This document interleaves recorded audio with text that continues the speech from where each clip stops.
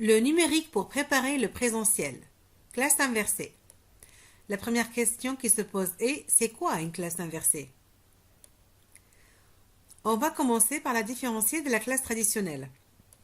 En fait, lors de la classe traditionnelle, l'élève va avoir une transmission d'informations à toute heure de la journée et puis à la fin, il va commencer à devenir fatigué, se poser des questions et donc là, ce sera assez lourd. Par contre, dans la classe inversée, c'est tout le contraire. Comme on voit au niveau de cette image, c'est un apprenant qui est tout le temps souriant. Donc, il va faire sa propre recherche et donc il va travailler aussi en groupe dans la collaboration et le partage. Et puis, donc, avec le professeur, ils vont donc avoir des interactions, des applications pour finalement avoir de la création. Et ceci donc nous amènera vers la progression. Et si on va utiliser la taxonomie de Bloom pour toujours cette différenciation entre cours traditionnel et classe inversée, on voit qu'au niveau du cours traditionnel, c'est en classe qu'on va avoir les connaissances et la compréhension, et puis l'analyse sera faite à la maison. Par contre, concernant la classe inversée, c'est plutôt à la maison qu'on va faire nos propres recherches pour les connaissances et la compréhension. Et c'est en classe qu'on va avoir des auto-évaluations, une analyse, des applications pour créer. Donc il y a toute une dynamique dans cette classe inversée qui se passe en 3 étapes. D'abord l'étape numéro 1, la simulation de connaissances hors de la classe. L'étape numéro 2 peut se faire hors de la classe ou en classe qui correspond à la vérification de la simulation des ressources. Et l'étape numéro 3, c'est la mise en pratique et ça se fait en classe.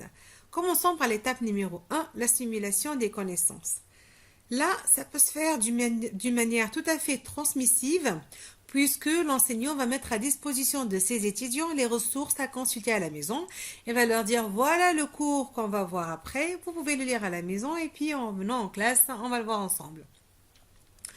Ou plutôt, et c'est ce qu'on préfère, le formateur, il va à travers donc des questionnements ou une situation problème, créer chez l'apprenant un besoin de formation. Donc, à travers donc, cette situation mise ou donnée par son formateur, l'apprenant va découvrir ses propres lacunes, donc va découvrir les connaissances à apprendre dans le cadre d'une pédagogie par découverte et ceci donc va créer en lui une amorce accrocheuse pour aller faire de l'auto-formation, bien sûr de l'autocritique pour une meilleure auto-formation. Donc ceci, c'est la méthode de la pédagogie active dans laquelle c'est l'apprenant qui est un acteur de sa propre formation.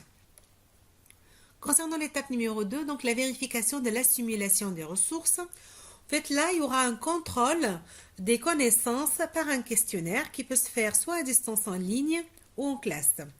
Et là, les questions d'application seront des questions directes pour vérifier la simulation des ressources.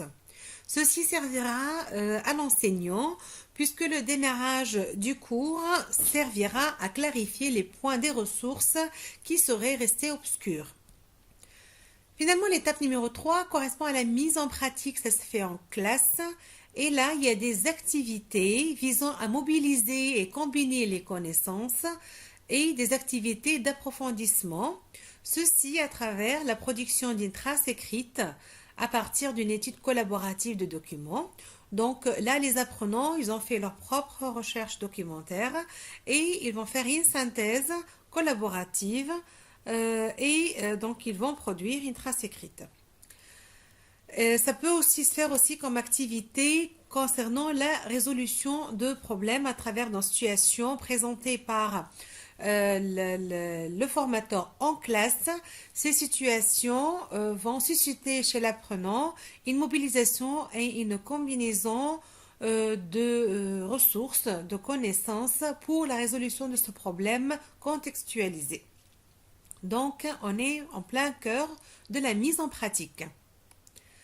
Donc là, c'est vraiment un des avantages très importants constatés à travers cette classe inversée, qui est d'ailleurs bénéfique aux enseignants et aux apprenants. Elle va pouvoir individualiser l'enseignement puisqu'à la maison, chaque apprenant peut aller à son propre rythme et suivre son style d'apprentissage. Et en classe, on peut favoriser les interactions chez des apprenants qui sont mieux préparés et plus actifs. L'apprentissage par les pairs aussi, à travers un travail de groupe.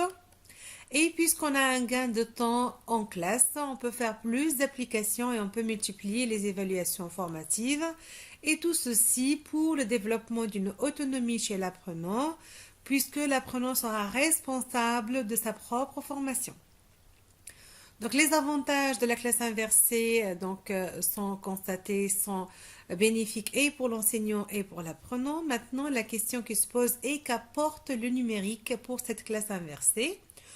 Au fait, on va utiliser le virtuel pour préparer la séance à travers des enregistrements vidéo existants ou mieux à travers l'enregistrement de vos propres présentations. Donc le formateur eux-mêmes vont mettre leur expertise de l'avant et vont préparer leurs propres enregistrements pour contribuer aussi au développement des ressources de leur faculté de médecine. Le numérique aussi aura une place très importante à travers le questionnaire en ligne, donc lors de l'étape numéro 2, qui peut se faire en dehors de la classe ou en classe pour vérifier la simulation des connaissances. Et puis aussi à travers le QR code. La question est qu'est-ce que le QR code? Au fait, il correspond à ce carré dans lequel on va trouver des petits carrés noirs et blancs. Il s'agit finalement d'un lien hypertexte qu'on peut avoir si on va avoir le programme correspondant au niveau de notre smartphone. Je vais vous expliquer. Au fait, l'enseignant, il va mettre à disposition des apprenants des ressources à consulter à la maison à travers ce QR code. Et là, les apprenants, en utilisant leur smartphone, peuvent avoir le lien URL correspondant à cette ressource. Au niveau de l'écran de votre smartphone, vous pouvez donc avoir cette icône Play Store. En cliquant dessus, vous pouvez donc chercher à avoir le QR code Reader, comme ici. Vous pouvez aussi utiliser les autres. Le QR code lecteur est aussi important. Donc, le QR code Reader, quand on clique dessus, on va avoir cet écran-là au niveau du smartphone et on peut appuyer sur Installer. À ce moment-là, on aura l'icône QR code Reader au niveau de votre smartphone. Il vous suffit maintenant donc d'appuyer sur cette icône-là tout en visualisant la diapositive mise par votre formateur, dans laquelle il y a le QR code. Et donc, en appuyant sur l'icône QR code Leader au niveau de votre smartphone, en visualisant le QR code au niveau de la diapositive, vous allez avoir cet écran-là au niveau de votre smartphone. Et tout de suite après, vous allez avoir cet écran dans lequel c'est marqué ouvrir l'URL. Donc là, il vous montre l'URL. Si vous appuyez sur OK, vous allez tout de suite avoir la ressource électronique correspondant au lien QR code qui correspond à cette URL YouTube. Voilà, donc qui veut maintenant essayer de lire le QR code? Si vous avez pu faire votre propre installation du QR code Reader sur votre smartphone en suivant cette présentation. Et la deuxième question qui se pose tout de suite après est comment pouvons-nous créer notre propre QR code? En fait, c'est simple, c'est en allant sur l'URL frqrcodegenerator.com. Là, vous allez avoir ce logiciel créer gratuitement votre QR code. Il y aura ici l'URL et si on appuie sur créer un code QR, vous allez avoir le QR code. Donc, on va essayer ensemble. Donc, on a copié-collé l'URL, on appuie sur créer un QR code et tout de suite après, on va l'avoir et on peut le télécharger. Le QR code, comme vous l'avez vu, c'est un support qui peut être imprimé au numérique, qui correspond à un lien hypertexte du document électronique. Il correspond à un moyen d'accès simple, immédiat et reproductible à des ressources pédagogiques ou documentaires. Et ceci permettra de faciliter l'accès aux connaissances hors de la classe Il suffit que le formateur donne des QR codes à l'apprenant par voie donc papier ou donc met des QR codes au niveau de la diapositive.